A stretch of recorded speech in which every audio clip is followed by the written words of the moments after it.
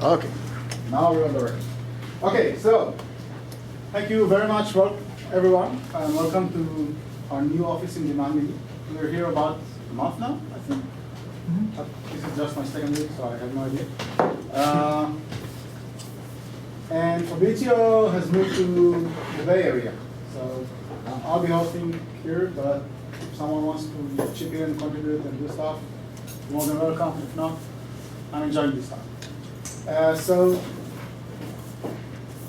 the Wi-Fi and the password is there. Restrooms, if you go right and then right again, and at the end of the corridor left, you'll find a restroom there. There's plenty of pizza. Please do your part in finishing it. And one more thing is that for what we want to do in the meetups, I started a Trello board, which is for ideas there. I don't know if it's your catch on or not, but there's some ideas that people hosted, and I have a board for everyone, for every meetup. So this meetup is already filled. The other one, there's one volunteer for 0 and Q. Yeah. Yeah, right here. Thank you. Oh, nice. No problem. That was, I put Yes. that. Oh, did you? Sounds Yeah, fascinating. So, Nice. Yeah. So we have a 0 and Q. The URL for the Trello board is bit.ly LA Gophers -ideas. And if you go there, you'll go to the Trello board. You need to sign up for Trello, but after that, you can post whatever you want on the board. So if you have any ideas or willing to talk about something, need help talking about something, anything, we'll do. So today,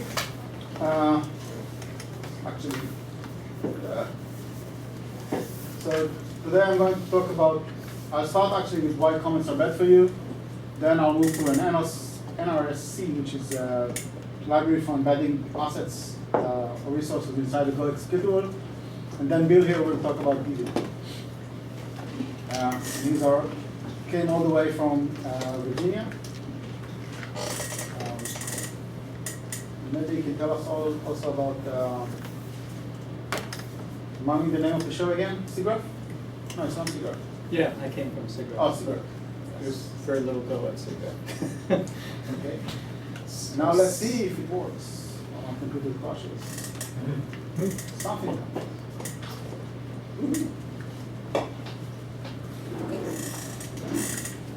Google, we all love you.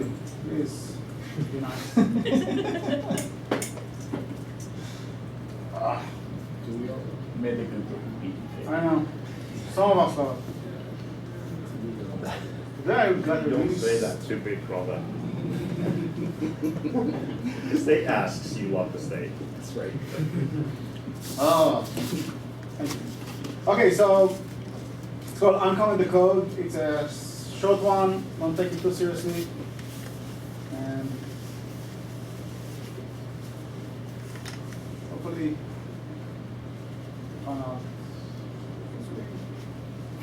it's even better. Okay, so only 96 slides. Let's get started. Okay, relax. It's much faster than you think. And there's a game at the end. We'll see how good we are. So I read an article. Yeah, I read some stuff, and thought it might be interesting. It's about not putting comments in your code, and it will make your code better.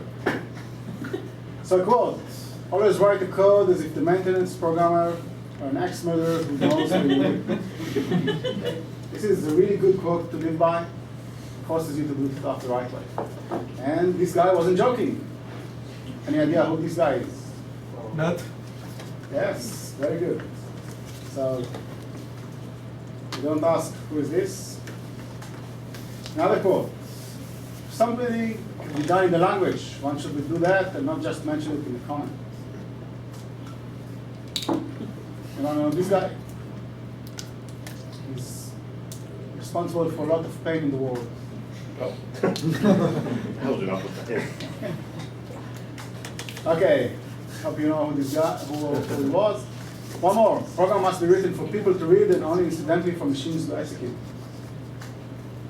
These guys. Yes. Yeah. Yeah. Yeah, that's an ID. The last quote for now, don't comment that code. Rewrite it. Any idea? No? Kunigan. Okay, not so frightening as the other one. Okay, so let's get dirty. Let's say we have a struct that says, you know, it's a badge and struct stores information printed on the badge. And it looks okay. But if you call it info on badge, we don't need a comment. The name itself tells us exactly what we got.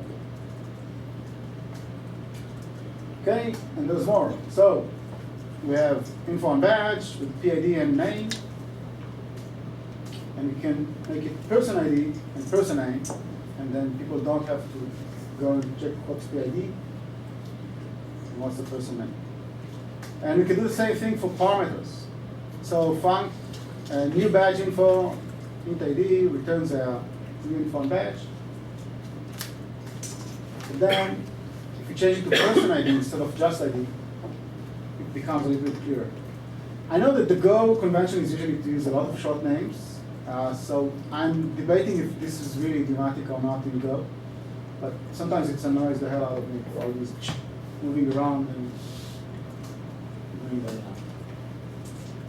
So another stuff. So we do want to load the information from the database. So we connect, we get a cursor. Everything is fine, but if we just do the items load from database, we don't need a comment again. We just see what's happening, and that's good enough. Okay, useless comments. I'm pretty sure everybody has seen a lot of this stuff around. Like, it's just noise. Don't do that. Okay, and why should we delete comments? One thing is we take shortcuts. We rewrite comments, which is easy. You know, just put a comment there, say blah blah blah, and that's it. To explain the bad code instead of writing clear code, which is much harder. Problem is, code always gets updated. Comments, sometimes. So we get obscure code with outdated comments. That's really not the place we want to be. Okay, don't take it to extremes. Everybody knows that from Java or something like that. Factory method. So you can do either have a function and the parameters themselves explains what's going to do. So each from all the C's and max inventory, and then you know that what you need to do. Or just state a reason. So find what I want, the items I want to furnish, and the logic itself is down there, but the function name says what we're actually going to do. For me, as a non-English speaker, I had to look up the dictionary, so think about that when you write words that are not that common. Sometimes people have problem understanding. Comments are not all bad. They're good for the big picture, and sometimes we do write tricky code. Okay, and one thing that comes to mind always in tricky code is regular expressions. Every time I see a regular expression without the ginormous comment before it or after it expressing exactly what it does and giving some examples, it's like, no idea. Really no idea. So try to do that. Just make sure that it's absolutely necessary to write comments. What a wise person, the implementation is hard to explain, it's a bad idea. The implementation is easy to explain, it may be a good idea. Anyone knows that? Sounds familiar? No? So I don't expect you to know this guy. This guy is Tim Peters. Oh, is it the guy who did import this? Yeah, this is the quote is from the Python Zen. Yeah, so Python as a language is a Zen. If you do import this in Python, you get, I think it's 12 or 13. 12. And it's one of these. Okay, so now go and terminate these comments. This guy will come and get you with an axe, and I do know where it is. All right, the references are there. There's this. If you don't know the C2 Wiki, it's a wonderful and time-sinking place to read a lot of stuff about programming. This is the original article I read. You can see the Python Zen. And now for the game.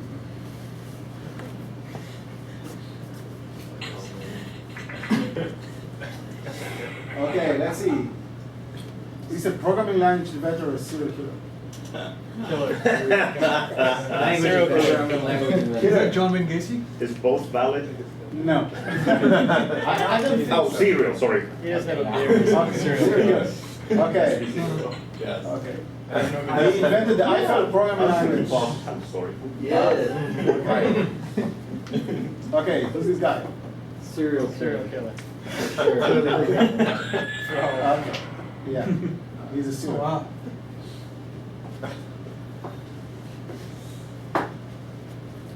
Next one. This guy. Isn't that He looks too much like a serial killer. He must be a language inventor. Okay. Okay.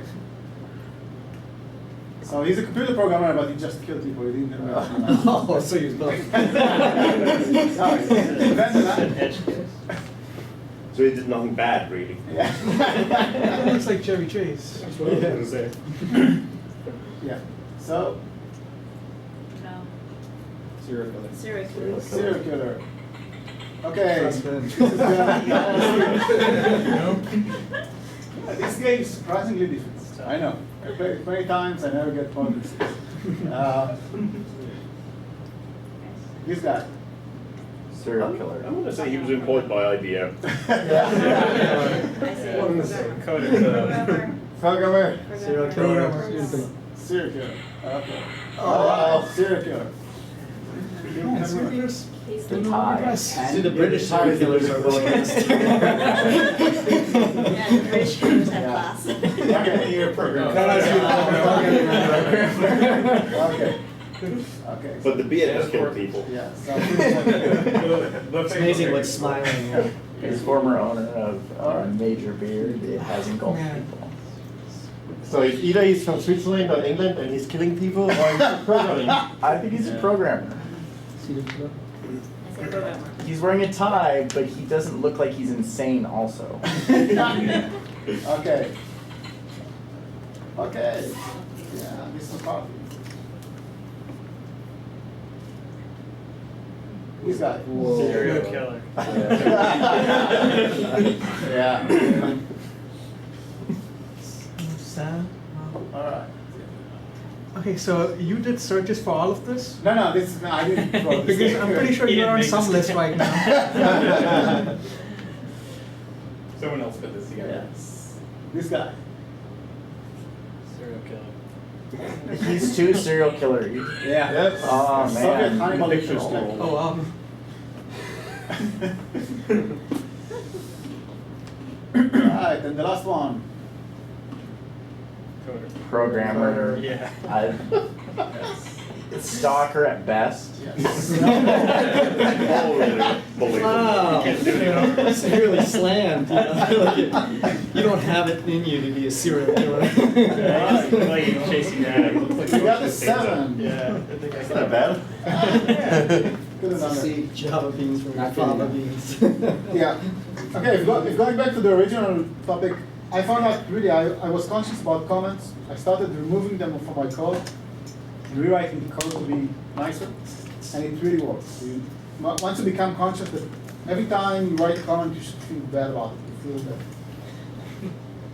there's something better I can do that I don't think that comment, you're fine. All right, so this was that one. Questions? What about dot strings? Did you have to do it for the dot strings? So it depends. In Go, for example, and some tools, they extract dot strings, and there's a convention of doing that. But some functions like open Okay. doesn't need a lot of stuff, like open path, and it's good there. But I said there in a comment that it's good for the big picture. So I think dot strings are okay for as a big picture thing. It's more about stuff that you do in the middle. I can't remember, as a standard library, do they pretty much make sure that they've commented everything? Yeah. Even if it, Everything that exports is commented. Yes. right, okay. Oh, well, not commented, documented. It's fine because it's doc strings.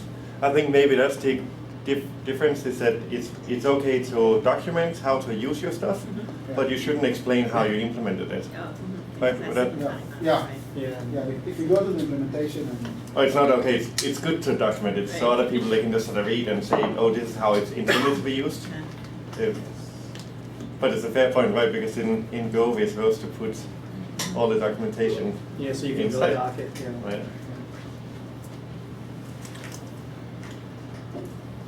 One of the things I've found really useful is an Emacs mode for art bollocks.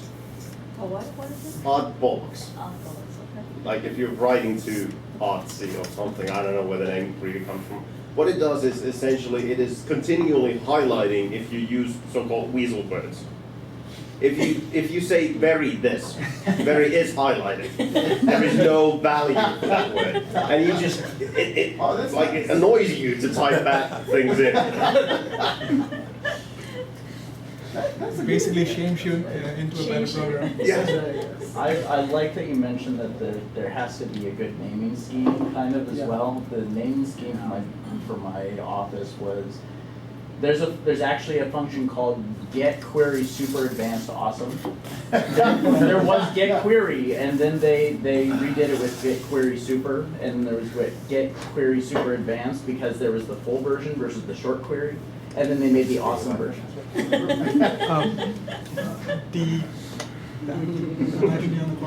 you know the joke, the two hardest things in computer science are caching validation, naming things, and off by 1 error. Is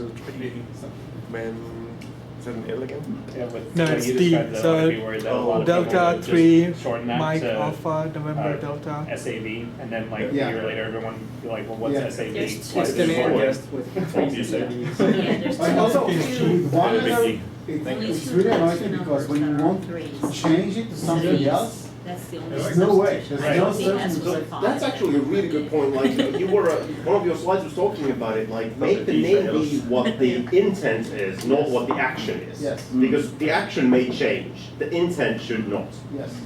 Yes. I have one more thing that I do want to say about this topic. If you go in for the whole mentality of, you know, the maintenance programmer has an axe and all that, just know this. Baseball bats are legal. Axes are more difficult to justify. I actually do have an axe. Yeah, but carrying it is different. That's in the car. Right? No reason. Do you find yourself like bringing like any other kind of idioms or just practices from Python into Go where you question yourself? Because I had the same thing with the short variable names. I was like, oh man, I really don't want to name Yeah. this PID. Yeah. For I know, example. but most of the code there, it's But like it that. feels wrong, right? It feels Yes. like, oh, I'm not doing it right. It's Because not. now it's in That's Go. not yeah, I Wait, know. hold on. Which way did you mean that? Oh, I meant to go with the shorter variable names, which apparently are the way to go. with the- Yeah. Go really encourages short. Yeah, whatever yeah, and names it feels, because I come from a Python world, it feels wrong to me Yeah. to do that. I And don't know. and so, It I- depends. whereas I mean, they're I- too short, they're just too short. I That's because these are as a C Pythonist, guys, I feel like I'm doing the same thing in both actually. Like I Right. don't see a And huge so difference in my that's- code. For me, the question is, could you think of yourself as reading that? You can't read something that is repetitive where you repeat a 13-character word all the time. You just can't read it fluidly. And if you can't read it, it doesn't fit in your mind as a whole. Yeah. And that's what it comes down to. You need to be able to like hold the whole thing, unit, whatever the unit is, in your mind at once. Yeah, I guess maybe my point was that, I guess Go is a young enough language where you can still mold it. Yeah. Maybe these are practices that come from C++ or whatever, but maybe like people like us, you know, while we're, Yeah. you know what I mean? It's No, I don't think anyone would say no. I don't think I went for one process of code review, getting something inside Go, and I'm trying to remember if there were comments about that. I don't think there were. I'm not sure. I mean, the whole thing about really, really, really long function names and blasting, that Yeah. came from things like C# and Java, because C# programmers are basically enslaved to Visual Studio. Visual Studio does everything. It's a drag and drop, you know, Yeah. editor, right? It's a tooling issue. Yeah. Right, so people Yeah. don't have to remember their function name. They're just 100% rely on dot and Yeah. completion. So that's why, you know, when you see C code, variable names are shorter, function names are shorter, because nobody wants to type that much. Yes. You know, and you're writing more code. Yeah. I don't know, Although I it's type a lot convenient. and it doesn't feel like it slows me down. I think if anything, like you were saying, it makes me more efficient. It's a preference, you know. Yeah, it's also how it kind of looks on the screen. So like if you have really big variables and you have not enough white space, it kind of feels, like when you look at a procedure like that or like a method like that, don't you feel like you kind of, Oh, yeah. But I think I wasn't vouching for the Java way, I was just kind of saying something in between. But that was what Miki was saying, right? When it gets too long, and then you have this last part has a variance because that's how you distinguish them. Then it's sort of like they're sort of the same, right? Because 90% of the variable name or function name is the same. It's just the last few text. That's not useful, right? It's like reading a sentence without the white space inside. Like Right. everything you can't figure out. It's hard.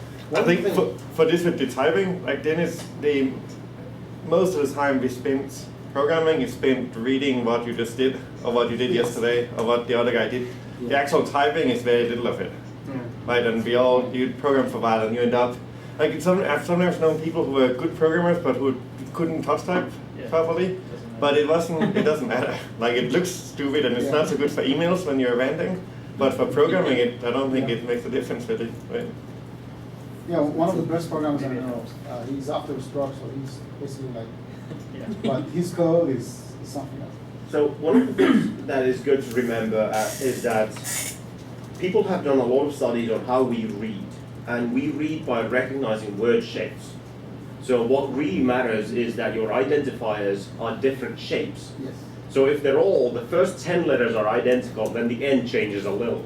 That is going to slow you down just because you kind of spend more time in identifying which one is it.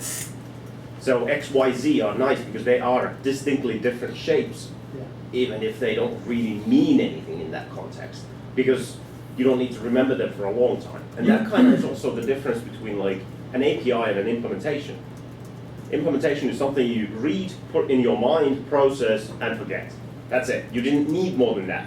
An API is something that you kind of need to do a lot, call them things again and again and again. There's like, that's sort of a difference. So like, I wouldn't name a for loop index variable anything but I. For if the scope is small and when you need to change, you don't have to. But if something that crosses, I had places where the X is somewhere there and then it's used all over the place. And then, but that's a problem by itself. The further away, well, some people that come as the further away the use is from the declaration, tends to be how long your word should end up being. Yeah, that's a good rule of thumb. But the local variable thing, with the for loops makes a lot of sense too from your shape perspective. So it's very easy to distinguish from the loop variable, right? Because if it's one single letter, it really stands out compared to everything else that happens to be multi-letter. So for me, it's like the shape isn't so much seeing the difference between two 10-letter words because they have different endings. It's more like the difference between a 1 and a 6-letter word. That makes it immediately jump out that these are different. Okay, and last thing, because I want to review time to talk. So, two things actually. One, there's this document. If you've never read it, it's a fascinating document about how you use baby names and stuff like that. The thing is, after you finish reading it, you find out that you actually do some of this stuff. So, and you say, okay, now I should stop doing that. Second thing is, sometimes it's also tied to the domain. So if you do a code which has a lot of math in it, it comes from the math formula directly to the code, and it's actually better to keep it more aligned, even if it's not really X, Y, Z and stuff like that. All right, so I'm switching. We're going to talk about NRSC. The name stands for Not a Resource Compiler. Whoever worked on Windows a long time ago remember the RSC resource compiler that we all hated. So this is not that. Okay, so there's a good, a bad, and very ugly. So the good is that Go is statically linked, and we need to ship one binary. It helps a lot with deployment. It helps a lot with other stuff, the level and things like that. The bad thing is that web application and others, they need some external resources. You can't have anything. And the ugly is NRSC, which lets you do that. We embed resource inside the Go executable, and you'll see really quickly why it's ugly. So the method, not my idea. Carlos Castillo in the Golan Nuts said that you basically get the zip file to the executable, then you run zip-a to fix the offset. So zip knows that there are zip executables, so if you do A for fix the offset, it will find the actual payload and fix the header, so zip library will know where to find it. And then you can use the library itself to access the resources. NRC itself is a shell script. That's one of the ugly parts. It's not the whole shell script, but basically what happens is we create a temporary zip file, we zip everything into the zip file here. Is that the actual code? Yes. Don't run it on multi-user computers. Okay. Why? I will do evil things to you. Machine. Okay. So Sorry. you can't even argue. Then we concatenate it to the executable and fix the offset. That's all. That's the shell script. A resource. So NRC you define a resource type, which has a name. You can open it, and then you get an IO close reader. You get a size, and you get a verification time. I was debating if I'm adding MIME types and things like that. I think there are now. And a resource is basically a struct that has a zip file. So loading. We have a global resource map that maps all the resources, all the path to actual resources. And then we have a mutex for loading. And there's a load map function. Basically, we open that, and that was built what we talked about that was fixed. So there is a fix now in the new one that we actually look in the path to find the full path. So even if you run it not from the same directory, it will work. Again, not my fix, I got a push request for someone. And then I just have a zip reader and I'm done. And that's it. And then in loader, I just iterate over the zip file and then add the resources in the path. So there's a mapping spread on between the path. So get just brings you back a resource interface. Can we talk about the init? Because I was actually happy to see that it did things right, and I find that a valuable goal lesson. Okay. Right there. So first of all, his init can fail. So it wasn't the lowercase init function. It was a separate function that you call that returns an error. It's not visible on this slide, but it's a tiny little function that wraps, does the lock and calls the init map. And it does locking, so if you happen to call it twice, one of them completes, then the other one sees that the map is already done and it does nothing. Yeah. So there's no problem on that level. And also, now that the thing has been loaded, the map is doesn't change anymore, so you don't need the lock afterwards. So this was a really good, simple example of the Go rules about accessing maps in parallel or concurrently. So that's actually a nice little bit of source to read. Thank you. So getting is just getting one resource, and that's it. You just go there. And again, there's no mutation, so you don't need any locks. It's fine. Although for something like that, wouldn't you want to use sync dot once, or what is it, that allows you to run a function just once? The lock will actually already kind of do it, because the init function checks if the map is not nil. If it's not nil, it just returns. Right. So it kind of has the same logic as 1.2 already in it. Yeah. What does this do if I ask for a path that doesn't exist? It's a good question. Nil. Return nil. Yeah. Yeah. Yeah. Nil is not wrong. What's common resource? Sense. Resource map is the global resource map. Resource is the interface. Oh, it's an interface. Okay. Yes. So it gives you a nil interface as a return. Yes. Okay, that's fine. Yeah, I guess it would be more the automatic to actually return the interface and an error value. Or something that actually renders as a 404 or something. Yeah. I mean, this is not HTTP on this. No, this is not the handle yet.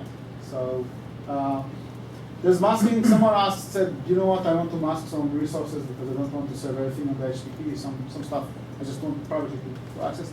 So I did a special masking function that basically you get a regular expression and it sets the regular expression, and then you check if a resource is masked or not. And this is used in the HTTP handler. And then serving. So we define a handler, which is type in, and then the serving is really easy. You get a path. If it's masked the path, you said, you know, unauthorized, you return unauthorized. Otherwise, you do a get, and then if it's nil, you return HTTP not found. Yeah, that's the thing I was looking for. Yeah, so that's the handler does that. The get is from your internal list, so it's not connected to HTTP serving at all. And then, if you found it, we get a reader. We get the MAN type by extension. So we guess the MAN type, and then we put the content size, content type, and the header for the last modified. And then we just copy from the reader to the web handler, to the web file, and we're done. Okay, and the handle is just handling HTTP handle. It's just a call there. There's nothing there. I think there's some kind of an add prefix I can use. That's it. So the interesting thing about testing, and I can put the whole code there, but the testing, I actually wanted to test the thing itself. So the test code itself, and there's a link there. You create an executable with embedded resources in /tmp. So there's actually a template for some resources and some executable. Run it as a web server, and then the testing itself is actually going to hit the web server and ask for resources and check out if you actually get what you want or not. So it checks the size, checks the some of the content, it tries to hit the mask point, but all the testing is done on the actual server. It's not unit testing, it's more of a black box testing for the whole thing. Okay, so future work. One is to convert the bash script to Go code, which will make it a Go gettable thing. Currently, it's just a script you need to get by itself, and it's one of the parts of the library. Second thing is we can probably remove the dependency on the zip executable and do it in with the Go tools themselves. This becomes really interesting when you start to do the -a, which is mean fix the offset in the header. Because then Go had the library to read all the elf and dwarf and whatever you want, but it's a lot of stuff. Someone needs to know exactly what's going on with the headers there and what's the elf header and how we change the things there. I don't quite understand what -a does. -a, so zip file can create an executable, which just opens itself. Okay. And it stores somewhere in the header of the executable, there's the offset of the actual payload of the zip file. Got it. And what it does is basically saying, I think by default it's something like 0. And it goes down and looks for the payload and says, oh, the payload starts here, and goes to the header and update it. So the zip library can just read the start of the file, now, okay, I'm jumping here, and from here I have a zip. So it's meant for self-extracting archives, but it happens to work even if the executable at the beginning is not to extract the rest. Yeah. Right. Maybe it would be possible to do the same thing using tar and skip zip altogether. I mean, if you're going to end up writing those headers yourself. Yeah, but it's the headers of the elf itself. The elf executable has Right. a header. So if you're, but that's not dependent on zip. So No. once you say that you're going to be writing these headers yourself, you might as well use tar, which Go has built-in support for. Oh, If you have a way of finding the right offset, Right. you need to. Well, that is what we just said. yeah, if but we're zip, going to be but writing the, it but to the this. zip library itself, the Go zip library, if you give it an executable, it automatically knows what to do. It reads the header, it knows the offset, it goes there, you're done. You don't need to do anything else. If you remember here was the load map. So you see, I'm just doing an open, and then I'm giving the file to the zip reader. That's it. That takes care of it. Yeah, everything else is taken care of. I don't think Nice. it is.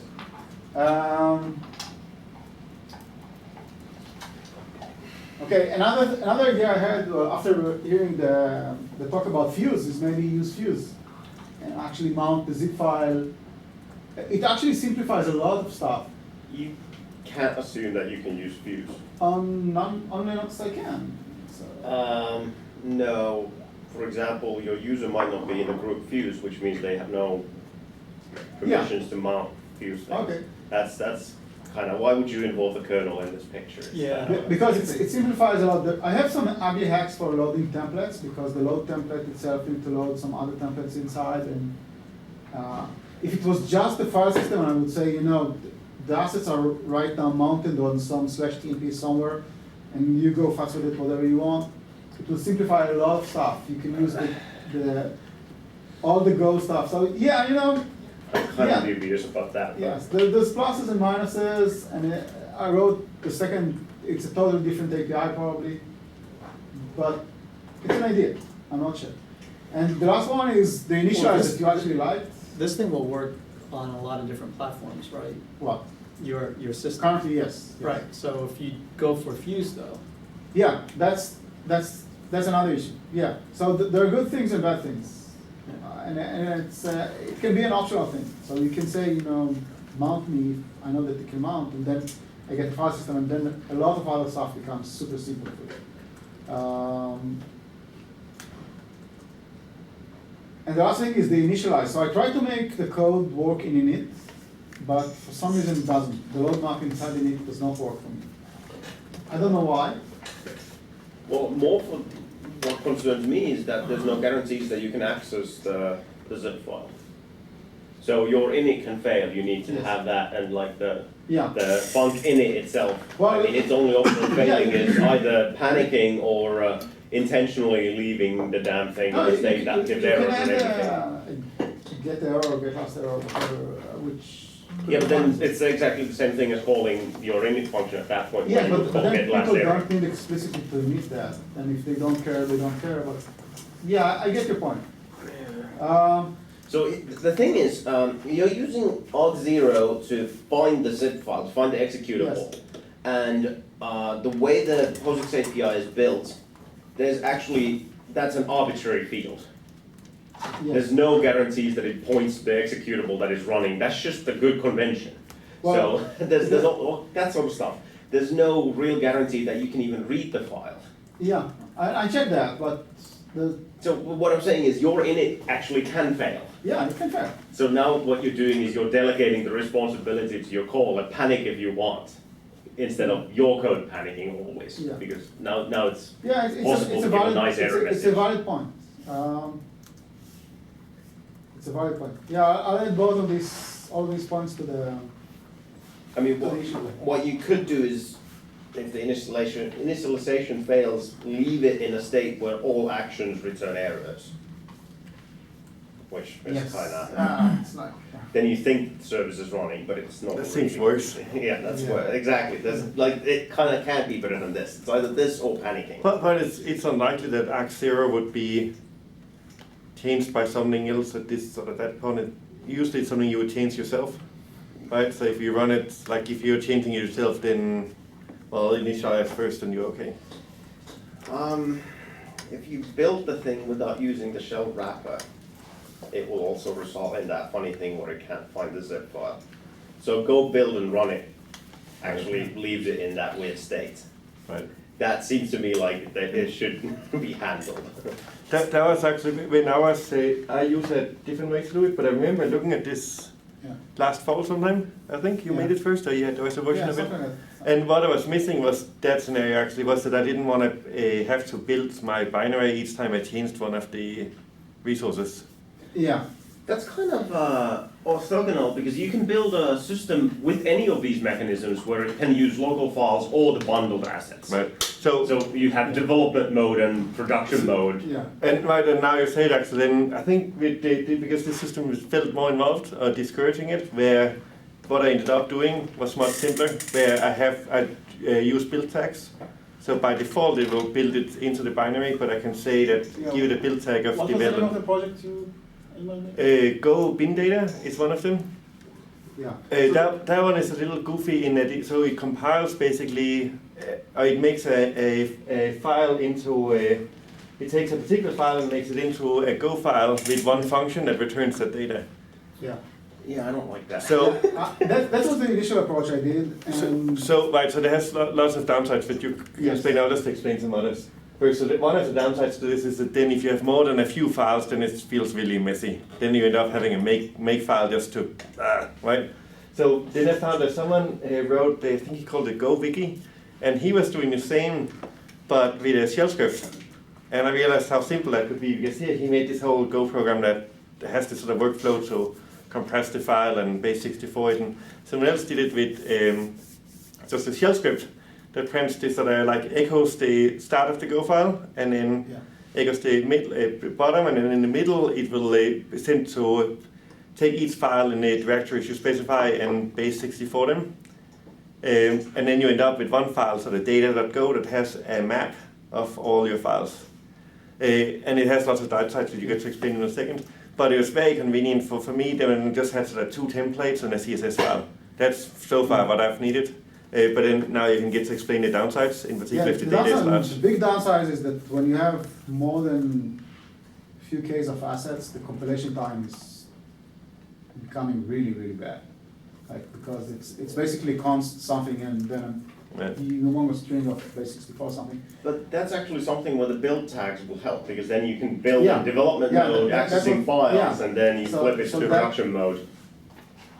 And I think too, the other downside, if I understand it right, is that doing it this way uses a surprisingly large amount of memory. I forget why, but someone explained it on the Golang list. Is the source code, it has the asset in base64 mode? Yes.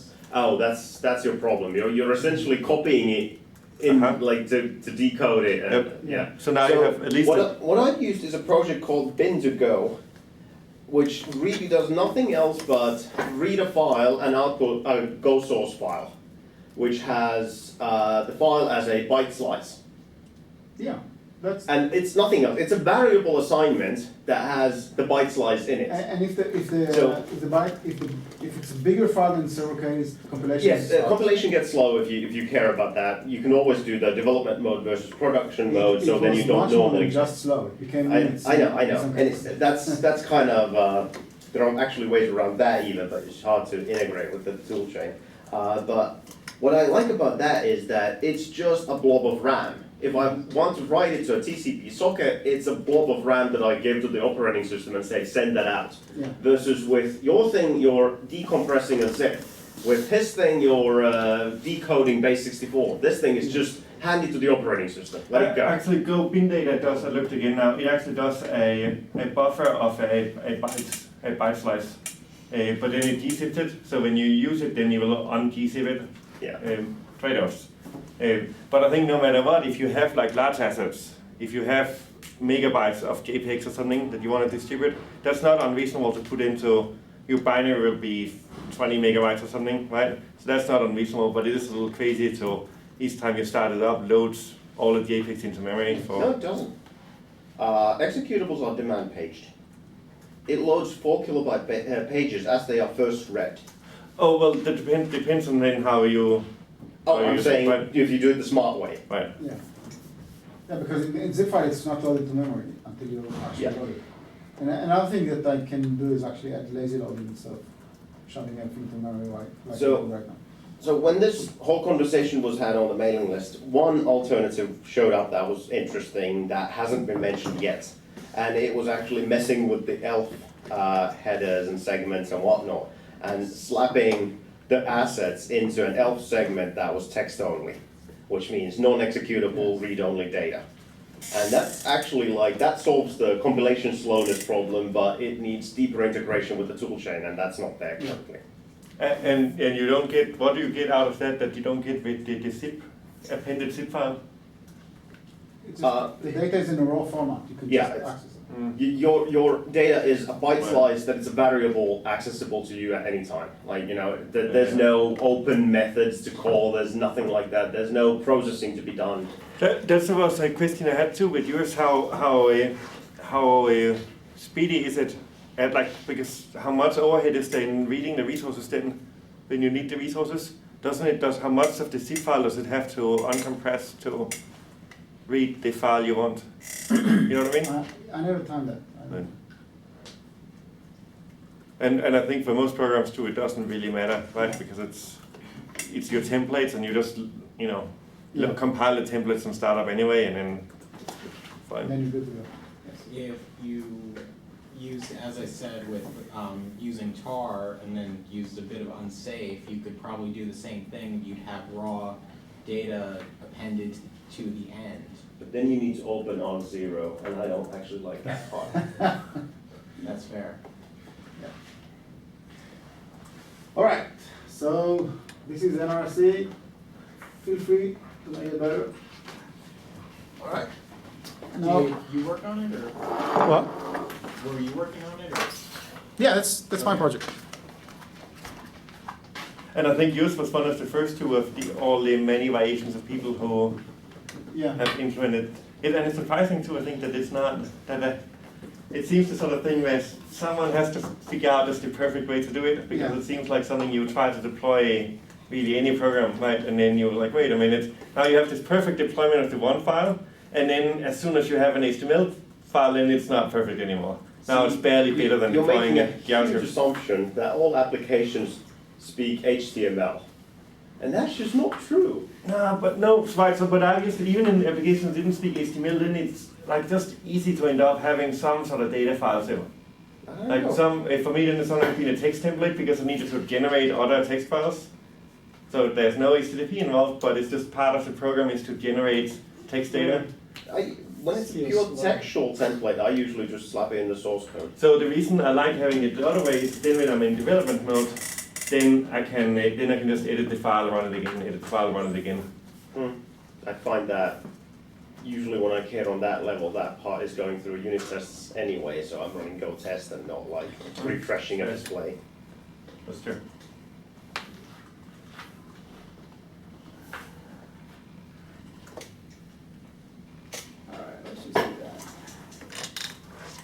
So I'm going to talk about something I've been working on since almost the beginning of the year.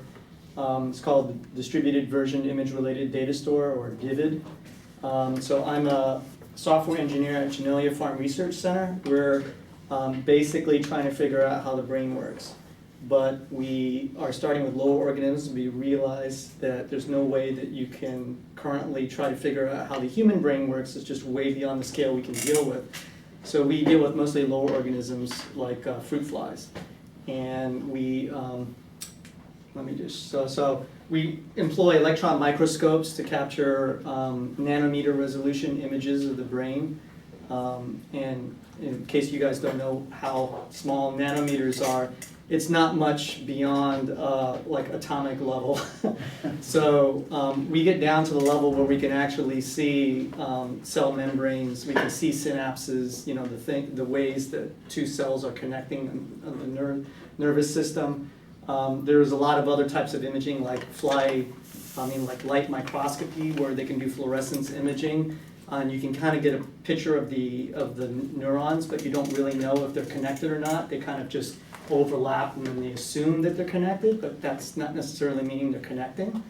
Most of the stuff that you hear when you hear the popular press about, oh, we've mapped the human brain and stuff like that, is usually bogus, because they're talking about MRI, which is at many orders of magnitude larger than the stuff that we do.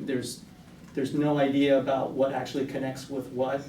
So the notion is we need to start from the bottom, do the connectome, figure out what we can from these lower organisms, just simple neural computation circuits. And so on that note, it was pretty good, because we're going to have a paper out in Nature on August 8th, which is describing a hypothesized visual motion circuit system that we discovered when doing this stuff. So the goal is to get this big volume of data, image it, and reconstruct the connectome. How big is an image? So it can vary. Right now, the stuff that was based on our Nature paper was about 12,000 by 12,000 by 1,300 voxels. So we're talking pretty serious sized images. So for the last 3 years, most of my time was spent on doing processing, alignment, segmentation. So we use a lot of computer vision algorithms to try and figure out how to do this, because there's no way on earth humans can go through this amount of data. But even after we do that, we have to go and employ a lot of human proofreaders, because computer vision algorithms aren't sufficient right now to actually do this. But as our resolution gets better, so like for the Nature paper, we had each voxel was 3.1 nanometers in plane and 40 nanometers out of plane. So it's what we call anisotropic. It's very elongated voxels. But now we've got it down to where it's 10 nanometers cubed. And they can even get it down where they can, well, let me just show you a movie here first. Probably shouldn't have put it in full screen mode. Go up with the cursor. Oh, there we go. All right. Okay, so this kind of shows the process of how we do the electron microscopy. So you start off with a block of like neural tissue, and it's amazing because you see these people, they're using microscopes and using tweezers and other things to try and dissect brains out of fruit flies that you can barely see. So I mean, the fruit flies are really small, the brains of these things are even smaller. And then this is showing more transmission electron microscopy, where you're shooting stuff through, you do the grayscale image, and then this is showing the results of our computer vision, which kind of labels, colors all the stuff. It stacks it all up, and then you can do the 3D volume. So that kind of gives you a very quick view about the kind of stuff that we do. Except this video was created a long time ago, and we're much better than that now in terms of like the stuff that we're doing. So to give you a better feel for, do I have that? Let me see. Let me show you this one. Okay. So this is something that I did using some software that I created to basically splat voxels out. So what we did is, I'm just showing you the three-dimensional grayscale volume, and I'm just slicing into it, and I'm revealing some of the stuff that we've segmented. And this is reconstructed lamina input, so it's a few of the neurons. And then I'm going to stop this after a while, but this is basically to show like how it's situated in the 3D block. 12,000 by 12,000 by 1,300. So when you add up all the nanometers, we're about 37 by 37 by 50 microns. So it's pretty darn small. And we're actually thinking about trying to next work on this dragonfly. I'm not sure if you guys saw this. It's like the smallest creature that actually is autonomous. It literally is almost the size of a cell, but it can actually flap its wings and move around and stuff like that. So you get something that small, then maybe we could do the entire brain, not just do a portion of the brain. So let me get out of this. So why can't you do the whole thing from the fruit fly? Because it's just too much data. So like what you just saw is just the 12K by 12K by 1,300 is just one small part of a visual, the visual part of the brain.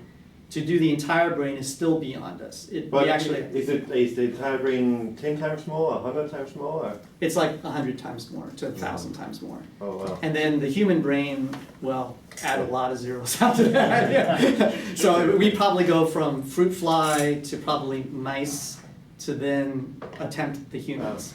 Just because my mental arithmetic just isn't working out, what kind of byte counts are we talking about here? These are usually, for the stuff that we did on, the Nature paper, maybe like a terabyte or so. Okay. So it's not so bad. It's like maybe 100 gigavoxels. When you start adding in a bunch of attributes, like the fact that you got grayscale values, you might have labels that need to be 64 bits because you've got a lot of components in there and yada, yada, yada. The data set grows. The sad thing though is that our instrumentation is growing by leaps and bounds. We got a guy from Harvard who really believes in freezing his brain and trying to, in case he dies, to be able to do it. So in order for that to work, he needs to get this technology down. So he's really driven. I'm happy that he's realized that it's after he dies. Yeah. So what he wants to do is he wants to try and get the technology as good as possible. So what he's inventing is kind of an automated, like a whole assembly line process. Yeah, no, it's okay. I shouldn't gesticulate around beer. So he's got an entire assembly line process where he might be able to do hundreds of terabytes, very quickly. And so we might get to the scales we're talking about, but then the amount of data that we have to wade through just on the computer vision. And so the amazing thing is that I'm actually, no one's really, from our research center, we kind of put off how do you handle this much data? How do you handle all this stuff? How do you handle provenance? How do you handle the ability, the fact that once you get an image like this and then we do some editing, you don't want to recopy all the data, right? You just want to, so what we really need is super scaled data on binary data, right? And that's kind of where I'm approaching this from. It's like, can we kind of use some of the ideas that we see in Git, distributed version control, kind of use a funky language like Go, where it's kind of made for concurrency and is good for distributed processing, but also handles concurrency on the processors. And the changes are like what the video actually does, which starts from a frame and just calculates the changes every time? Sorry? So MPEG videos, basically they start from one image and then they have just a set of a little bit of difference. Mm-hmm. Move to the next one. Right. And sometimes in the middle they have a full image again. Just right. You mean the keyframes? Yeah. Yes. Yeah. Yeah. So But- the Well, changes that- are that- basically done. That was just a rendering, a fly-through of static data. I mean, this is going to sound a little bit annoying to you, but you have a static snapshot, Mm-hmm. and analyzing it is strongly connected, localized. So it's not like you would have a horrible problem. It's not dynamic, and analyzing this structure here doesn't really relate to this structure over here. Oh, does it? Unless there's an actual neuron connection between them, and then you just follow that. But it's not like. So the problem that we're trying to do is, given the massive amount of data, can you actually reconstruct a neural circuit? Mm-hmm. So it is a static situation, given a certain amount of time. Now there's plasticity in the Well, thing, right? you chopped it to slices. Right, So right. on So- that level, it is. Yeah, so it is very static. It's kind of like the Visible Human project when you guys, I don't know if Yeah. you've seen it, right? I mean, essentially the same technology where you take the guy, you've frozen him, and you're sectioning him, right? He ain't getting up after that. And right? it's not a thinking But he- brain. but he's That's the- kind of what I'm saying. It's not a thinking brain. You're not capturing the dynamic aspects of the brain. You're capturing the Sure. structure of it. So there's a long debate about whether connectomics is sufficient, or for doing the kind of stuff to actually figure out certain things work, or whether it's at least necessary, that we do it. I'll And so let you our flip that notion is argument. there's clearly some things we will not be able to figure out because of the dynamism. But- But on the other hand, there's a lot of stuff that we have no idea how it currently works that we need to at least be able to figure out the step. Like for example, for the fly visual motion system, there was hypotheses about how things might actually be connected, but no one had ever actually said, this is how things actually work. Like these are neurons that could potentially get the circuit done, because no one's ever reconstructed it at that level. We can't even tell which ones are connected to other things. Now so what I should also mention is Genelia is not just our project. We've got tons of researchers, and we're attacking this using genetics. We're attacking this using various forms of instrumentation. We got computer scientists. On my team, we got computer scientists, theoretical physicists, EEs, lots of different people. And so there's all kinds of techniques being brought to bear. So even though I'm talking about the static representation, there's a guy there doing electrophysiology. There's another guy there studying dragonflies, and how that can happen. There's another guy studying mice where they put them through virtual mazes and they have electrodes stuck onto their open heads to figure out what are the neural patterns. Anyway, let's get back to Go. Because I could go on for a while. Okay, so you guys have seen that I want to enlarge this again. Okay. So the notion is that I want to be able to do this kind of like Git for massive volumes. And so I want it to be versioned. And the way that I kind of think about this is we start off with the volume. Some proofreaders may come and modify some of the volume. That's another volume. We don't want to save all of it, right? But it's very similar to us modifying a few files. And so we're eventually going to have this directed acyclic graph. And we want to be able to have UUIDs for each of the nodes. So then we can be able to say in a more global sense that if I have on my laptop some data, some subset of the data, and then some guy over there has on a supercomputer a massive amount of data, and he's got all these other UUIDs, I know how my data on this machine reflects into that one. So that's kind of like the versioning issue. The distributed part, it's not in there yet, but you know, it's still the same idea as I'm going to eventually get it in. It's inspired by Git. The notion is that researchers will be able to have a subset of the data on a laptop, be able to push and pull, be able to like clone things from other people. If they do modifications, they can do it. And then we can handle image-related data. And so here, let me just fire up something, and I just want to show you that in operation. So what I'm doing here, and this is Divot, and I'm using the web client thing here. So normally I would use your RSC, but because the pathing is, I did the thing which is in development mode, which is I have a folder here which handles a set of web, you know, like HTML and CSS and stuff like that, which is kind of an interface to Divot. So it's a little bit more elaborate than Git. And here's the data store, the directory by which I would have whatever database I'm using. It's kind of polyglot persistence. And then I'm just going to say serve. Okay, and so now it's starting a bunch of stuff, and I can go over here and just do the local host. Okay, and so actually this is kind of small. There we go. So this is still not fleshed in entirely, but it kind of gives you the idea that this is going to be the interface, so it kind of shows what's going on in the Divot data store and how many versions, which I only got one right now, and the size of the data set. So this is a pretty small volume that I've got on my machine. It's only 520 cubed voxels compared to the much larger ones I normally do.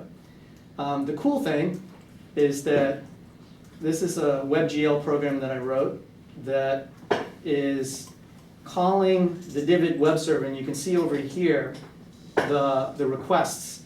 And what I can do is I can just manipulate the 3D volume here, and then I can just move through the volume, and I can see, so these are orthogonal cut planes. And I think the really cool thing here is when I start explaining how Divot is actually doing this on the fly, because these aren't just images that I'm reading off the disk that I'm then passing up. What it's doing is on the fly reconstruction of small chunks of data, and it's, depending on how I'm doing the arbitrary stuff, it's reconstituting this in a concurrent way. And I'll show you guys the code that kind of does that, and maybe get your feedback about this. So it's even cooler if I plug in my prototype leap motion thing here. And maybe I'll show you some of that afterwards, where I can actually use my hands and move the stuff in 3D and actually poke the stuff so that it can actually, I can poke and move the slices. And so like one of my colleagues was saying, man, we're getting pretty close to Minority Report, you know, where you can start, you know, like shuffling the data. My goal is to eventually get it to the point where I can just kind of like use my hand as an instrument and then start slicing through the data, you know, where if we got this massive amount of data. And so some of the things we can also do here is we can, let me just zoom in here in a little bit so I can show you. So now I've showed like the T-bars, and these are things that are on the presynaptic side. They're these structures that kind of come up, and you can see here I've kind of gotten to this point here, and there's a little blob, a black blob there, and the PSDs are kind of the postsynaptic partners for a synapse. So I'll try to find a good one here. And you can kind of see this purple one here, right over by where my cursor is. There's a T-bar in a fly, which kind of shows what the synapse is, and these dots kind of show, okay, well, these are cells that abut it. And so there's a lot of computer vision, but a lot of human proofreading that goes on. And so one of the goals that we have is to kind of give them more opportunity to see if something is really connected or not. Like, can we actually see if things are connected? And yeah, I should probably move on because we don't have enough time. Okay, so any questions on this so far? What kind of a coordinate system are you using for that? It's a right-handed coordinate system. So it's just X, Y, Z? Yeah, so in fact, I had a problem because WebGL is different than some of the, well, so there's WebGL, there's my coordinate system, and then there was the system by which we were doing the labeling, which doesn't use a freaking right-handed coordinate system, and was really annoying. I was, like wondering why those guys didn't do that. So what I had to do was I did, let's see if I can do that. So if I did this in order to figure out what the hell. So what I did was I texture mapped the X, Z, Y, Z, and so I said, now I know like what the heck this WebGL thing is doing. Especially leap motion too, because like when you add leap motion, it's like, what is the coordinate system when they're doing that thing? How much data do you transfer from the server? So when you move it around? Okay, so one of the interesting things here, and this was also just a performance thing. So keep in mind, zero optimization. Like this is like kind of a proof of principle just to see, okay, like I'm serving up, some stuff on the thing, and I'm not going in using, the article on proofreading, on profiling Go to try and get the best thing. And so I think I could probably get faster. What you're seeing right here is on the client side, on the JavaScript side, when I'm using 3.js, there's no caching. This is purely what I'm getting, the speed at which you're seeing these alterations. And I was talking to a guy from Gmux, he was like, wow, I didn't know WebGL could refresh that fast, right? And the same thing here, But you're fetching a JPEG each time it updates? A ping. So over here you can see the get statements here. So it's requesting, it's requesting these things, and it's reconstructing an XZ in 78 milliseconds. And that's, so what the back end for this is LevelDB. So it is a fast thing. One of the, we can have a whole other discussion about space filling curves and the best way to transform ND indexes to 1D to maximize sequential reads and writes, and stuff like that. But that's like probably another whole talk. The interesting thing is that it's just using LevelDB. This is using ZYX indexing. So like within a plane, basically what I'm doing is I'm kind of zigzagging like you would normally expect, and then just going down in Z. And I'm pulling this up from LevelDB, but in this size of an image, the size of the volume, I wouldn't be surprised that most of it's cached on the database side. So what we're probably seeing is the speed is because it's cached on the LevelDB side, but it's still pretty impressive in the sense that Go is combining all the data, stitching it together, putting it out, serving it up, going to the JavaScript thing, doing texture mapping on the 3.js side, and it seems to be kind of like an interactive rate. So just to say that again, you're reading each one of the voxels out of LevelDB and rendering a 2D ping out of that. Right. So I'll show you a little bit more of the code so that you get an exact feeling about in the concurrency, like how I'm handling that. Yeah. So actually, let's move on. We'll leave it running on the background.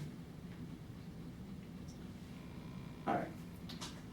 So here's the architecture, and it's still evolving. So if you look, I've open sourced everything from day one, pretty much.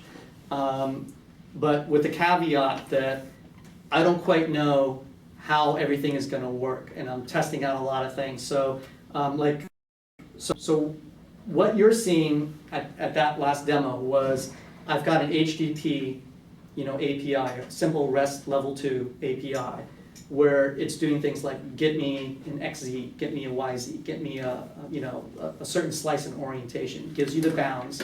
One of the nice things about Divid is that it has an infinite space, because it doesn't care.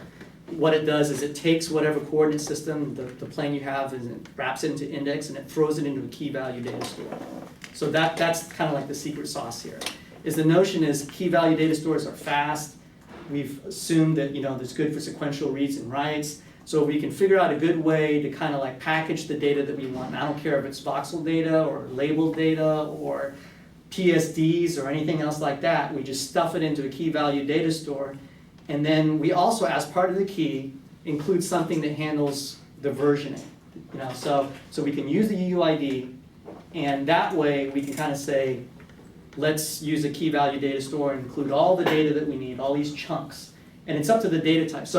So at the very top level, if you were looking down, you'd see servers, which are basically RPC or HTTP. So like when I fired up Divid, when you saw me do the Divid serve, what it was doing was it was first checking to see, you know, well actually for the serve thing, it actually just launches it. But if I were to fire Divid up now, All the way to the top. oh, I keep on forgetting in Mac, it's not an escape on that. Yeah. Yeah, okay, so let's say so now that's working, you know, in the background. If I were to do Can you make the Divid font help bigger? here, this help, Bill, can you make the font bigger? sorry. All right.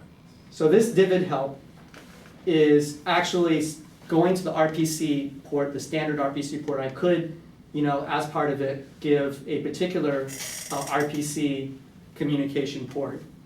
And it says, so it tries to see, is a Divid server there? And if it's there, it then goes and it asks, okay, what are the data types that you've got available and what are the things? So you can see here, these are things that can be done without a running server, and these are the things that can be executed on the server. So when I say like a Divid help, it's actually going and making an establishment with a Divid process, a separate Divid process, and it's asking for information. And the data types that have been compiled, and I'll show you guys how I do this later, is like there's a grayscale 8, which is what you pretty much saw, which is an 8-bit grayscale voxel data. There's labels 32, labels 64. There's a bunch of other stuff here. All right, get back to this. Come on. There you go. So the thing that I showed you where I was moving the cut planes around, that's a Divid web client. So it's an embedded series of HTML and whatever like that, 3.js, that I serve up using my Divid. So it's great because using this simple program, and it's actually pretty lightweight, I can serve up RPC, I can serve HTTP, I can do the interface. You know, I felt very happy. It's like, goes great. And so I have a few data types that I've created that come standard with Divid. I have the voxels data type, which you just saw. I'm adding synapses, but there's the capability of adding all user-defined data types, and it's very isolated. So my hope is that people at Janelli or wherever, if they want to use this, they can kind of use Divid as an infrastructure, something to handle the versioning, the indexing, you know, stuff like that. And whatever they want to put into these chunks, however they want to define chunks, even if one chunk is the entire volume, that's fine. So like we need a region adjacency graph when we're doing segmentations to kind of show, okay, given the way that we've segmented it, this is the graph that represents these different segments. That's clearly not something that's voxel-based, regular structure, right? So how do you handle it? You could use a graph database, you could, you know, but the way that I'm kind of doing it here is that we have the capability of just storing this as a key value, you know, thing. It's up to the data type to determine it. And so then this Divid data store abstraction layer, and then there's all kinds of key value data stores which could be plugged in. The things that I've actually done was the Google C++ level DB using Levigo as the driver.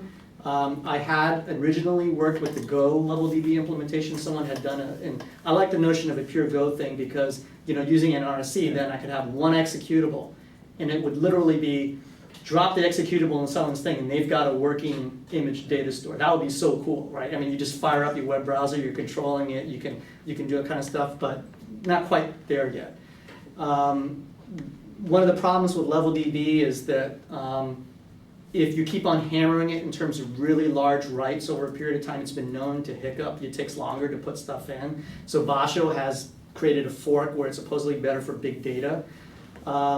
And then I'm currently working on just integrating it with Couchbase. So then we forget about everything. We just go clustered, right? So the notion here is that Divid itself can fit on a laptop. It can fit on massive clusters. It just depends on what we're going to put on the back end to do that. And you can see here codec snappy. So going to the key value data store and coming back out, I do snappy automatically. And it makes sense because, especially when you're dealing with big data, you know, the amount of data you want to have at least snappy-like compression because it decreases the time to file, right? So here's you know, one of the first. So it abstracts the storage engines. It uses the Go driver. So here's like an example of an interface for a key value database. And maybe this is an unnecessary comment here. That should be removed. Like closes data store. But actually I needed this because of GoDoc. Yeah. Actually, we'll probably just say close, right, without a thing. Okay. So it's pretty straightforward. You know, I'm putting in a get, does a key, gets back a slice of bytes, puts in the slice, delete, whatever. Now the interesting thing is that I started with this, and now I'm really thinking very seriously about scrapping this whole kind of an interface, because I'm thinking that what I really want to do is I want to define an operation, and I'm going to provide an iterator. I'm going to show you a little bit later. And really what I should do is just pass it to the data store and say, data store, you give me the data however you want. That shouldn't be on the data type side. You know, it should be on the data store side. And then it should just map out stuff. It should just send things through channels. And then it's the data type side that says, okay, I'm getting all this data, now what can I do with it, right? It's very different than it having to know that it needs to deal with a key value data store or a relational database or whatever like that. It just cares about getting data. It doesn't care how you get the data. So we were talking before about tags on builds, and this is how I'm basically swapping out backend databases, and I'm happy if you guys will tell me, there's a better way to do it. So I have the interface there for like a bunch of key value or whatever that I want to put on the back end, and then I just decide, okay, if I'm using a level DB, I'll have as part of the Go build, I'll put in the tags for Levigo. If I'm using Couchbase, I'll have another tag, and so you can see this here. This is kind of interesting from the standpoint, that I just wanted to include this here. Levigo, even though it has its own path, right, and it's got a repo that I could draw from, one of the issues was, okay, well, how do you version the stuff that you need, the dependencies? How do you prevent stuff like that? So my straightforward, I don't know, solution is that I created a Git repo, right? I basically, on this machine, I bring in what I want, doing a Git clone or HG, Mercurial, or some of the stuff needs Bazaar. So there's like a lot of different distributed version control systems which can get used with the Git thing. One of the issues then is that if you just build from scratch on a random machine, now you've got to install Bazaar. Now you've got to install Mercurial. You got to make sure, and sometimes we're not exactly sure on our cluster or various other things that we can have all that. So one solution is you put it all into a Git repository, you lock it down so you know exactly what versions you are.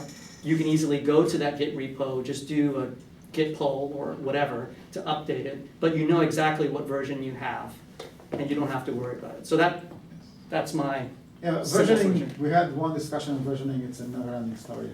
Yeah. So this is kind of the way that I'm planning on doing it. I'm doing it right now. And you did go and edit the source tree for Levigo and change all the input URLs that were in there. No, I did not. Yeah. So. This is why it's a never-ending Well, conversation. actually, yeah, it's interesting because it depends, I guess, on the level at which you're importing some of these Go things. So, like for the really low-level stuff, they tend not to go outside of standard library. Yeah. But it's a good point. You're lucky that it was a single package, that it didn't have like multiple level structure within itself. Yeah. And in that case, right, I'm not so, this obviously won't work. Exactly. Yeah, But yeah, that's yeah. the whole different conversation about vendering Yeah. the software. Well, that's a good point. That's something I have. It has been more than a week than it was from when it was last brought up on the IC channel. So we're all good. It's So the importing, where'd it go? So the data types that you saw that were supported, basically what I do is just, this is very similar to what happens in the Go image library, right? You just you just kind of declare it here, and you know that it's going to call a init. And when it calls a init, and this is for the files, you know, like this is just an example on Grayscale 8. What it will do is it will initialize itself and register itself with the data store. Say, hey, I'm available, I'm compiled in. If you happen to get you know, a string saying that I want a Grayscale 8, I can provide that support.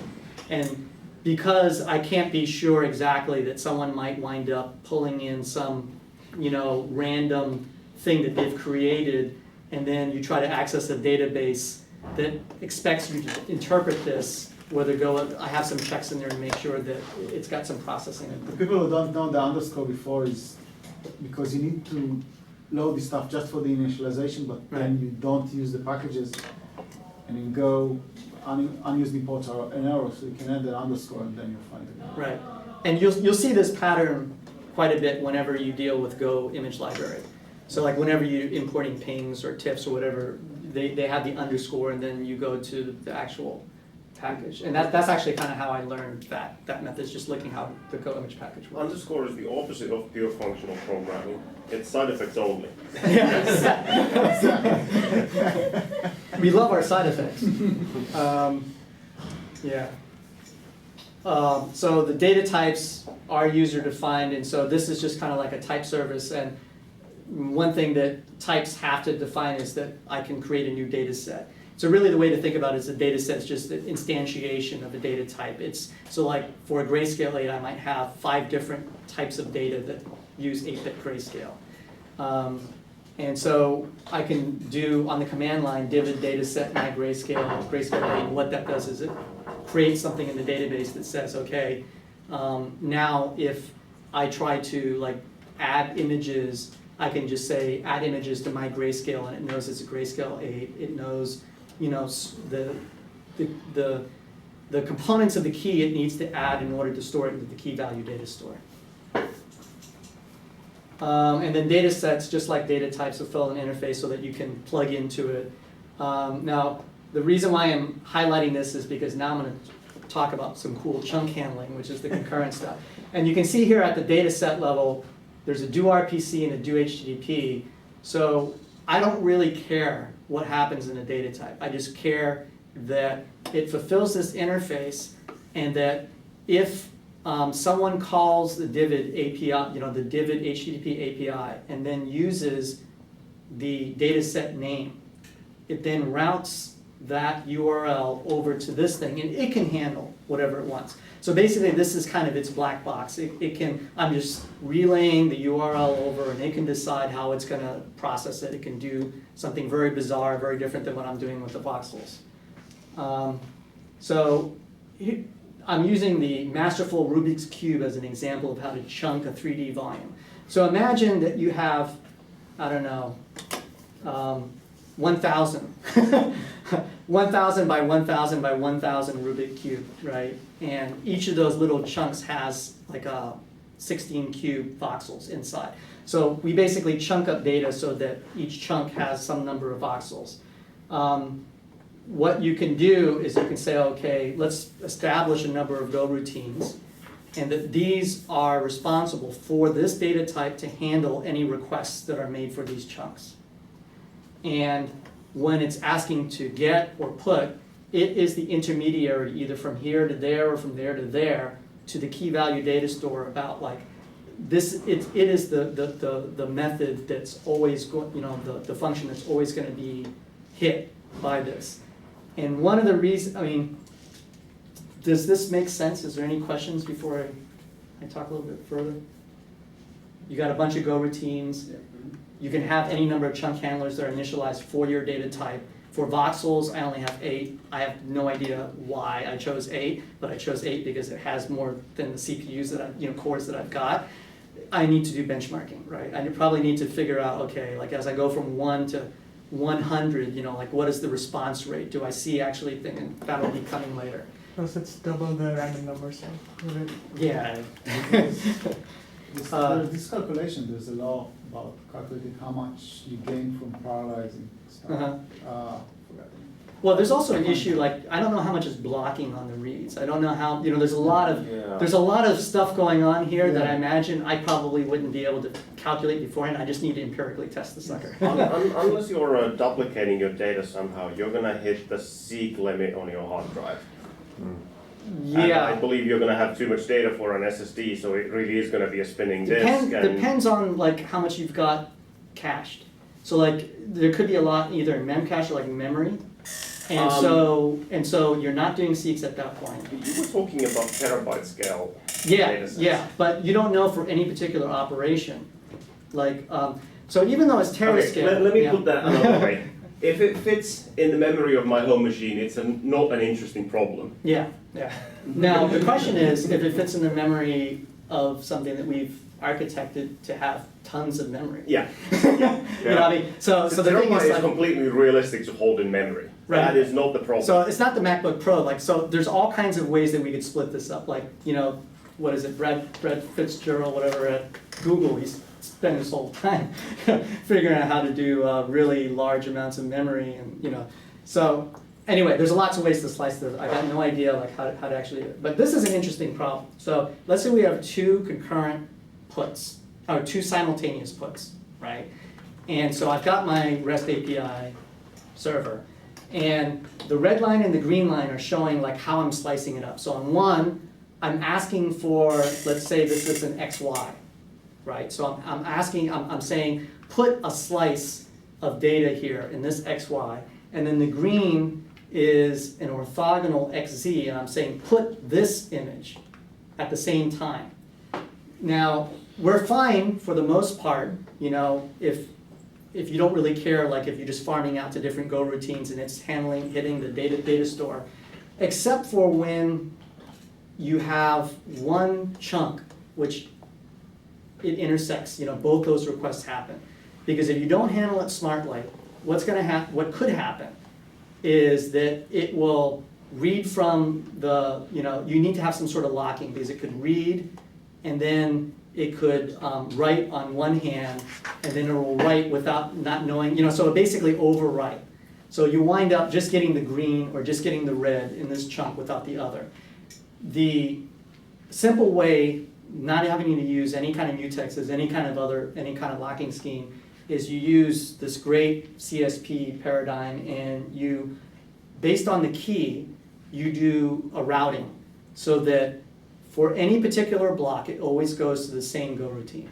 It's an N, a many to one in that sense. You can have any number of Go routines, but you just got to make sure that for any particular block hit, that the request will always go to the same Go routine. And if that happens, I believe that we don't have to worry about this anymore. You can get then a mix of two, so if you have two writers writing and they have playing it. Yeah, that's fine. That's fine. Yeah, and this is something where it's kind of like, okay, at what level do we want to lock, right? And so one way you can kind of get around that is you could provide a mutex around the whole map routine, as I'll show you, where all the stuff going to the channels at one time, right, is once you get the get, you basically write it all in there, and then you get rid of it. But more fundamentally, the way that I kind of think of it is that's where the versioning comes in, right? If you're both writing to the same node in that DAG, you're kind of saying, okay, we could have overlaps, that's fine. You have to accept that, that might wind up happening. If you don't ever want to overlap, well then use a freaking different version.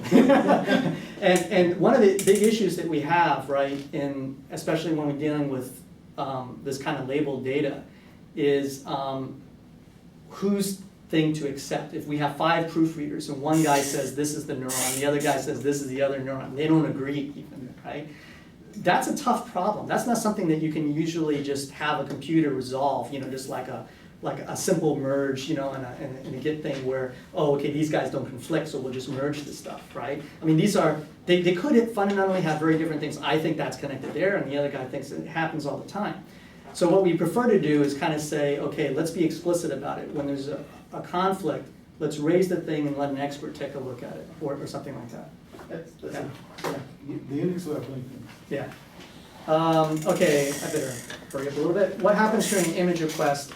So basically, it's asking for the HTTP request that you're seeing here is being filtered in through, and then eventually it's saying operation map, and this is where it kind of says I want to slice, split up all the requests into different blocks, and then right here wait until all of my concurrent Go routines have finished processing whatever I'm doing, and then we can go forward and return the image to the HTTP server.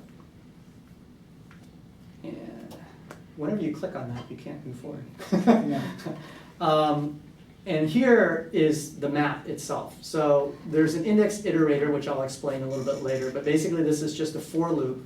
And the way to think about this is that we've got an extent, and the iterator is just saying, it's kind of a type, it's a type independent way of saying, just keep on giving me the indices of the chunks that I want to access. And that for each of these chunks, grab it from the data store and send it down the pipe to the Go routine. And so it's a very type independent way of doing things. I don't care what kind of data you're getting. All I care is that you're traversing some space, some way of going over your data. You're giving me an index.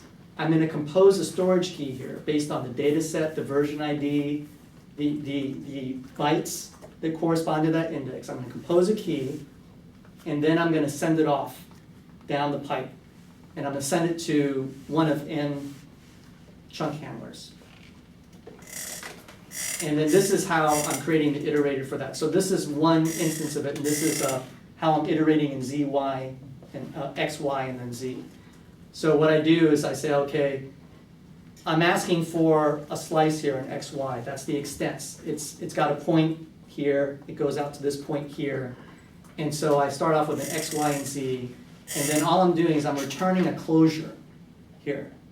I'm returning this closure, and it knows where it started.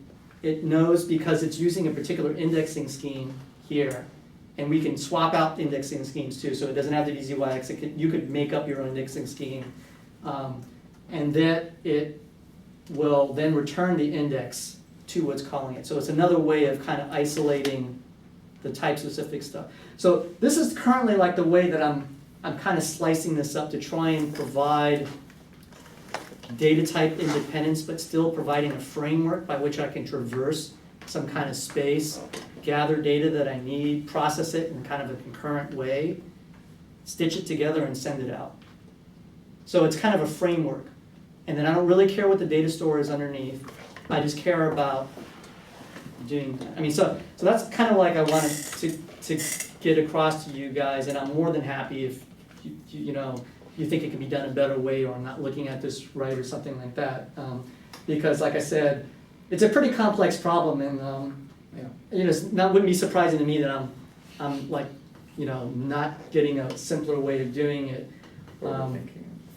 But the code is available on the github.com generally-flying/divid. I'm going to probably at some point over the next week or so put out a change where I'm linking up to Couchbase as well as LevelDB, and that might be so. Right here. Did you do some timing on that?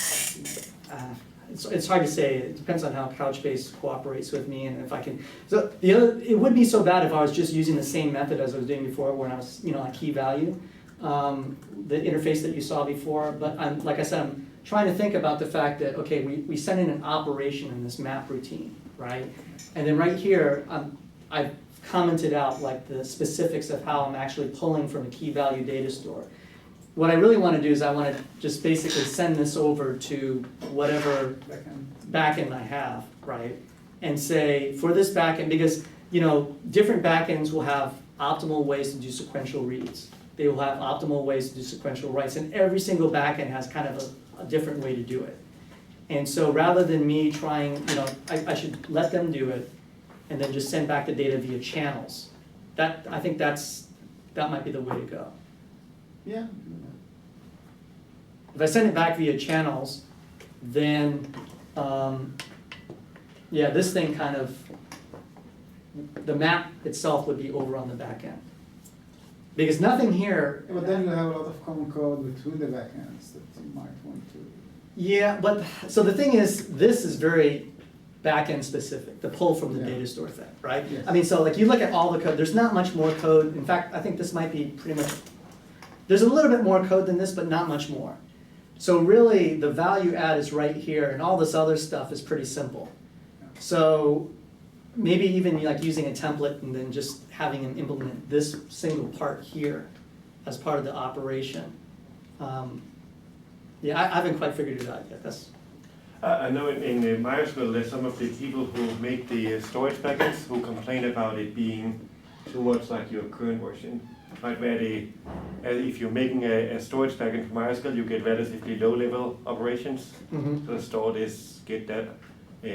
Where if you're making a storage packet that's significantly different from how they all are now, then it's very hard to optimize anything because you don't get the intent of what is the user really doing. You just get get the next key.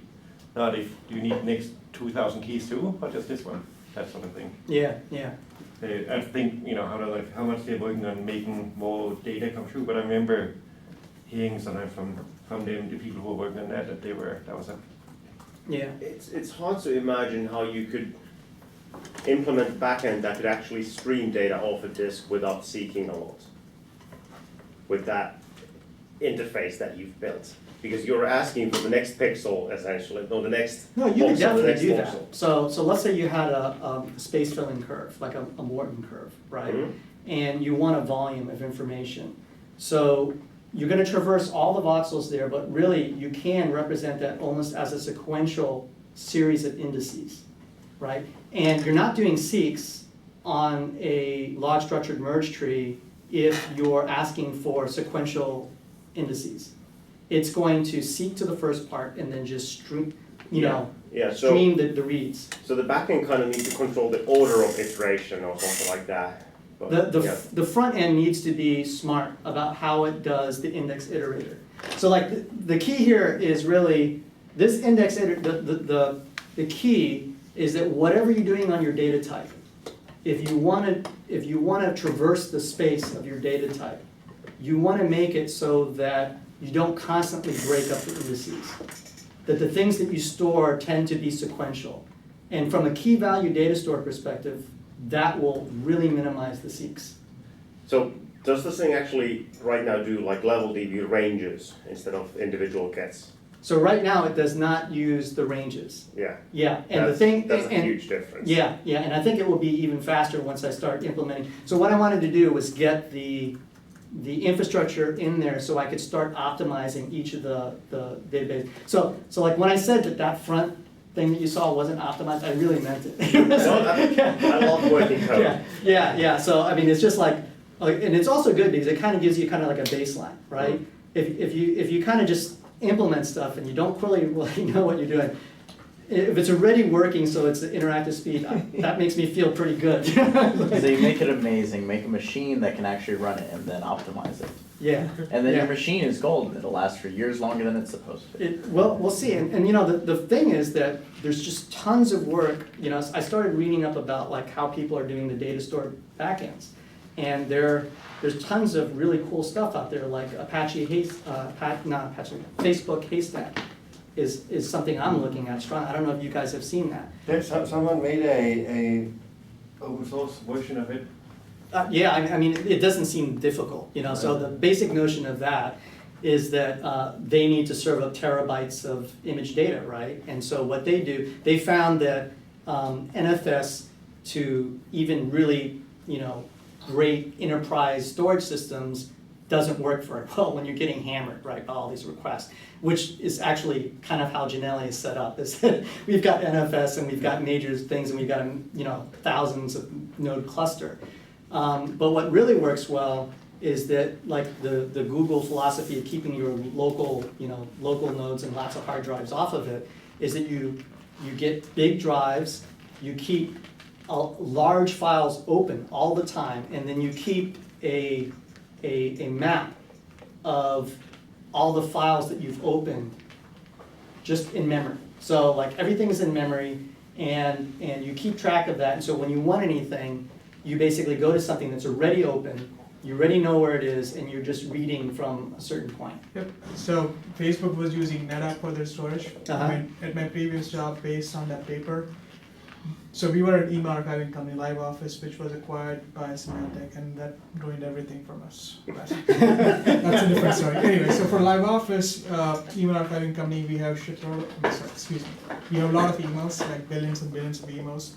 And one of our product was to, have a top level view of, for example, for litigations, like if you have a litigation request, like I need all the emails with the word guarantee in them. And those were used mostly by financial advisors, like companies like AIG. They had to be our clients because people were, what is it, FDIC, whatever, they're always looking up, checking into them. So one of the projects was to store all the images that ever go through any emails. So emails always have like little tiny attachments, or if someone is sending out their images. So show everything in a really fast moving stream to someone can actually just keep looking at the screen and see if something inappropriate is going through. Because people can, filter through text. So I'm sure that's not error prone. No, so they actually had to hire people called, I can't remember the name, but they had to hire people in a special job. Their job was just to look at the emails, keep, So the search thing was, I built the whole thing in Elasticsearch, which worked perfectly. But for image, I had to, go back to the Facebook thing you mentioned. So we were actually extracting emails from the files. That was too slow. Right. So LinkedIn released a project called Project Voldemort, like super simple Berkeley DB based key value store. So I take all the emails that go through, all the images that go through emails, convert that to base 64 encoded strings, compress them into multiple sizes, and just use the SHA of the image, and plug that into the Elasticsearch object. So when you're doing a search for something, if a keyword shows up, you can just go back to Voldemort, and it's a really cheap call for, when you do a multi-get, so it will show up like a Google image kind of page, like images are going. So you were saying you implemented the Facebook haystack thing and it didn't work for you? No, it did. It did, but you Facebook haystack is like 1 or 2 levels of magnitude of optimization beyond what that was. Right. So I see. It was basically an inspiration of, so Facebook is doing this. Let's try something like that instead of storing individual files. I see. Okay. Yeah. So store all the images in Project Voldemort, key value stores. It's using Berkeley DB as a back, so multiple machines. Key is just SHA of the image, so it gives you built-in dedupe. So, but the thing is, I don't think that's actually what what Facebook Haystack is doing. It's the key value data store thing where clearly they're using like large structured merge trees or something like that. But the Haystack approach seems to be more like, let's take all these data, like all these files that we want. Let's make one massive file, right? That's maybe, I don't know, like not terabyte, whatever, gigabytes. Gigabytes, whatever is like the limit there, right? And then open that up, and then have the the index into that. So. Right. So that's exactly what Berkeley DB does, right? No, Haystack is write once. That's a huge difference. Yeah. It's not trying to be a database. It's not. This is not database in any way. I mean, you're It's storing just a once. Berkeley database. Right. So that's a backend for Voldemort. Yeah, B trees. A data structure that is intended to be changed. The whole point of Haystack is that it's an immutable data store. Yeah, it pretty much stays the same until you need some more stuff, and then it just creates a massive new file. But I think that so there might be slightly different. Facebook has multiple. So Facebook has engineers working on just designing one store. Yeah. In our case, we had a couple of guys, so we had to pick what was the cheapest key value store to use. Project Voldemort actually fit the requirement pretty easily, because it had proper storage. It was super fast. Right. You're sending a key, it gives you a value back. It's that simple. It was clustered, so when you're starting up a new cluster of Project Voldemort, it did replication. Did you guys look at like Couchbase or any of those other like clustered key value data stores? Cassandra. We did look at Cassandra. Cassandra, we even worked with DataStax a lot when they were doing the Lysandra/Solandra thing, but things didn't really work out because, I'd rather not go into that. Things didn't work out with Cassandra for us. By the way, is this taped and going to be out? So don't go into any of that. Break all the NDAs. Let me show you. Anyway, so Cassandra didn't work out for us because, I mean, there were problems, especially with the Solana product. Every time, you know, they had shards of documents. Each shard was supposed to hold 1 million solar documents, but every time I'd go above 15,000 or 20,000 to keep creating new shards without actually fulfilling the, you know, condition of filling up the one entire, you know, the shard that was supposed to fill up. Now, just end up using, you know, way too many file handles and severely degraded performance. Yeah. But in our case, since we're using shards of the image as keys, so that gives you built-in dedupe, right? Because same attachment, signature image is going through 50,000 It's like emails. it, yeah. Right, so just store it once and, you know, everyone can retrieve it over and over and over again. I think the big take-home message of this conversation is that your data store, if you care about performance or space efficiency or something like that, it should match the actual requirements. And Haystack is a good example of uploaded photos don't change. So they took advantage of that. And something like your But typical NoSQL key value It's two store. things, both they don't change, and also they figured out that they don't delete them ever. Yeah. Even if you delete from your albums, they keep it around. The way you delete them is you move the ones you want to keep to a new archive, and then you delete the whole old archive. But I think for Facebook they figured out that actually, I think for a long time they didn't even had the feature to recompress them, because they, like, nobody ever deletes the images. You write it at the point you care about it, right? Sometime in the future. Why would you delete Yeah. the images if they're paying for it? So, but Yeah, for example, level this was DB. its own. Oh yeah, there's a bunch of those. Yeah. Level Yeah, DB yeah. is a good example of a data store that was written to be specifically one thing as the primary design goal, and it is really cheap inserts. So level DB will actually take a hit at read time to make writes faster. It's one of those weird cases where writing is actually faster than reading, which, if you think about it, is That was actually really rare. Kind of Cassandra's selling point too, right? The writes Yeah. were insanely fast. but- Cassandra is, so Level DB is essentially an open source re-implementation of the stuff that's underlying Google Bigtable. Yeah. And Cassandra is an open source re-implementation of all of Bigtable. Sort of. Right. With half of Dynamo mixed in. Dynamo, because well. the guy worked at Amazon, then he moved to, Prashant moved to Facebook, and Yeah. then he. But my point is, your use case, by the time you slap a UUID on it, you actually are trying to use the UUID as an immutable version string. Do you have this UUID? Yes, well then you have all this data. So for your case, the data in itself, by the time you've given it a UUID, is immutable. Yeah. So it's kind of interesting to me that you're looking at level DB and Well, so the that thing you're is that. not looking at static files, for example. So the thing is that I think eventually we would want to do something like a Facebook haystack. Yeah. The nice thing about LevelDB is, one, it's embedded. Two, it is fast. Like, even though you say write is faster than read, its read is pretty freaking fast too. Yeah. So like if you look at sequential reads and gauge it versus the other data store alternatives, it is still better, right? Level DB is awesome. Right, I'm right. just like Yeah. So and the thing is that we do need fast writes. So like when we go in a situation where it's bulk writes too. So where we want to be able to do things like load up a divot, where we are acquiring, we're acquired a bunch of images and now we want to basically load this thing before we start processing the heck out of it. Or if